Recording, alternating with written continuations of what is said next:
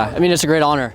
The legacy, all the guys that have come through the program, it's, it's a lot of pressure, but it's a lot of inspiration too. Guys like Charles, Kai, both guys I've run with, trained with, lived with for years, and so there's a lot of camaraderie. And then legacy, Grant, who's one of the best in the world right now.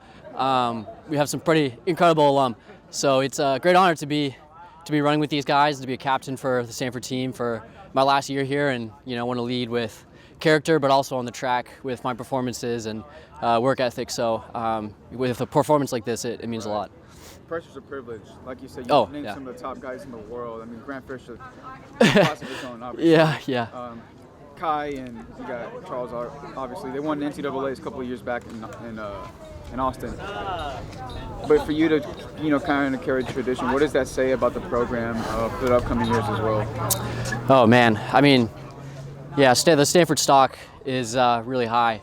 The guys coming through the program are all incredibly talented, insanely driven, both on the track and academically. So it's a pretty tough balance for sure. Trying to be great at both of those things, but it definitely creates a very unique and gritty individual if you lean into it and commit wholeheartedly to the program. So I'm excited for the future of the program.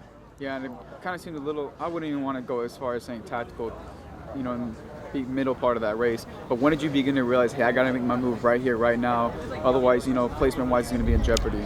Yeah, I mean, really, it's such a long race. You try to do as little as possible for as long as possible. So it was about like the 8 laps to go mark where I really started to mentally tap back in and become more aware of my surroundings, who's making moves, who's trying to start pushing.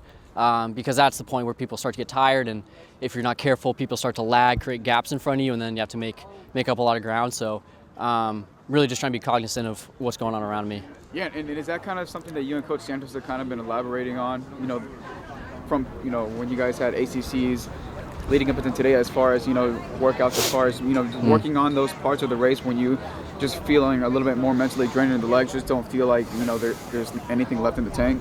Yeah. Oh, yeah. That's exactly how we train. It's all about the tactic, the strategy of going in knowing, it might be a fartlek, it might be fast out from the gun, but you have to be ready to start shifting gears, fartleking, speeding up, slowing down, and just being ready for a lot of weird and interesting race tactics. And so we try to simulate that as best we can in training and in championship races leading into regionals. So ECCs was a great, a preparation, because it was another pretty tactical wind-up style race where I was with Strand and Tawalt and just kind of winding it up the last bit and then kicking out that last couple laps. So it's a bit different than the beginning